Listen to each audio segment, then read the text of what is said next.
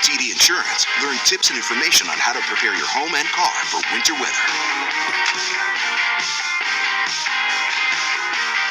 This is how it goes. This is how it goes. Baby, we're rolling.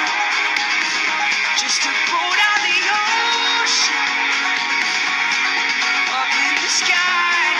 Heaven so close. 7:18 on a Tuesday morning. Welcome back to Breakfast Television. Tammy Sutherland, Meredith Shaw, Sid Cicero here with you. The rest of the crew down in Jamaica. We will catch up with Devo and Frankie coming up as the show progresses. A few things here that caught people's eye.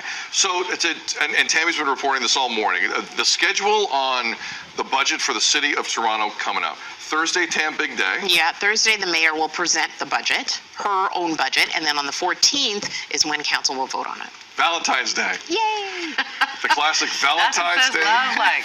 Nothing says love like a 10.5% property tax hike. Anyway, so these are things still in the ether. We don't know for sure. Thursday's a big day.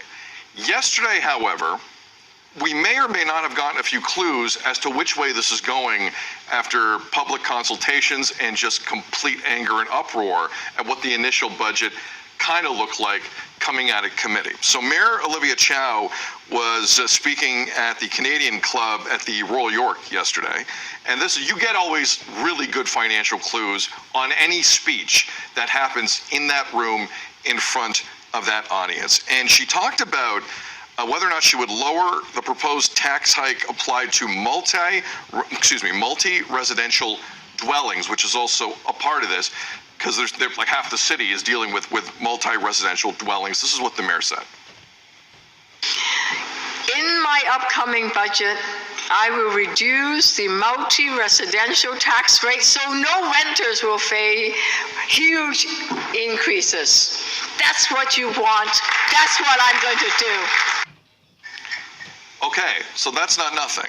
The current proposed multi-residential tax rate increase is 6%. That was proposed, broken down to 4.5% in property taxes, 1.5% in the building fund. However, yesterday it seemed like relief on that front was going to happen from this mayor. Once again, as Tammy said, we'll find out more Thursday. In her budget, the vote goes down on Valentine's Day. But this is in an effort to keep landlords from passing the cost of these property taxes on to people trying to live their lives as best they can. And a lot of people heard that yesterday, Mayor, and were, one, probably really happy to hear that, but two, also have a little whiplash here. Yeah, I mean, there's definitely some relief on offer. I don't know where that was when we first started talking about it. I mean, it was a point that I remember you saying on this couch. I mean, this is not just going to affect homeowners. This is going to trickle down to renters. And we all know how strapped, everybody is, but especially that portion of the population. So I guess on the one hand, okay, great. You've heard it, and now there's going to be maybe a different plan forward.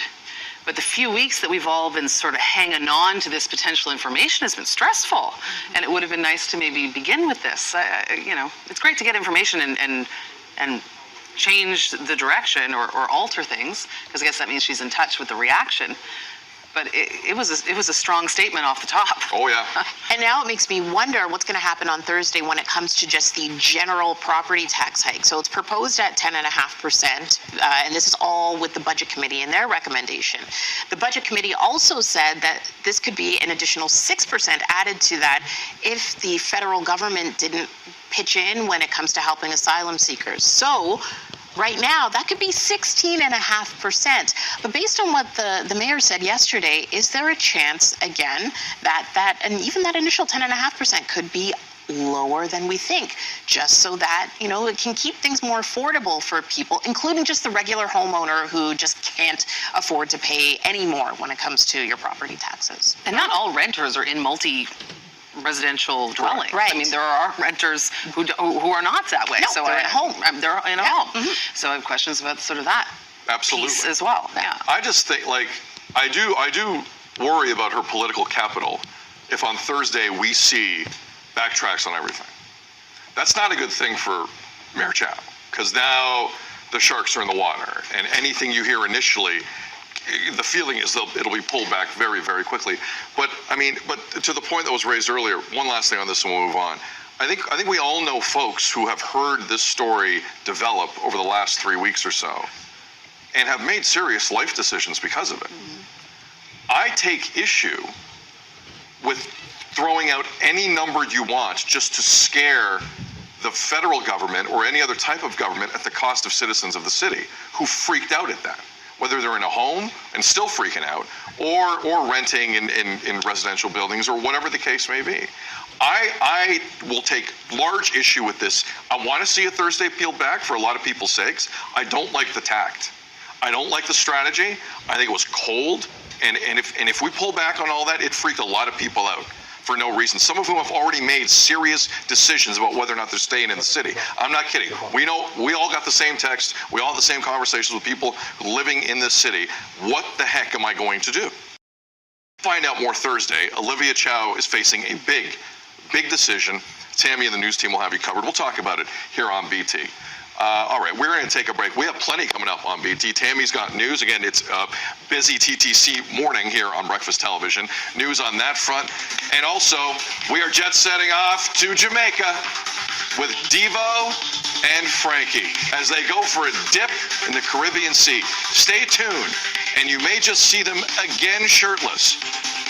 My over-under on shirtless shots this morning is 3.5. Over or under?